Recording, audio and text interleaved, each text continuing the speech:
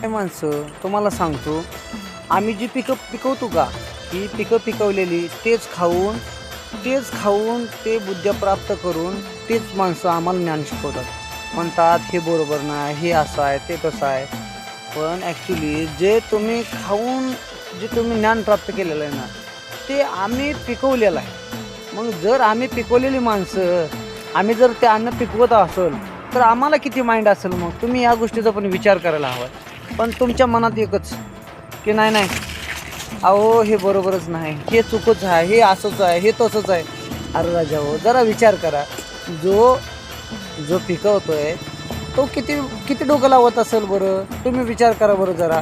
जो एवढं डोकं लावतोय पिकवायसाठी, मग तुम्ही नुसतं त्याने पिकवलेलं खाऊन जर एवढं डोकं चालवत असाल, तर तो मग पिकवतोय म्हणल्यावर ती किती डोकं लावत असेल याचा पण विचार करणं गरजेचं आहे. बघा जरा विचार करा.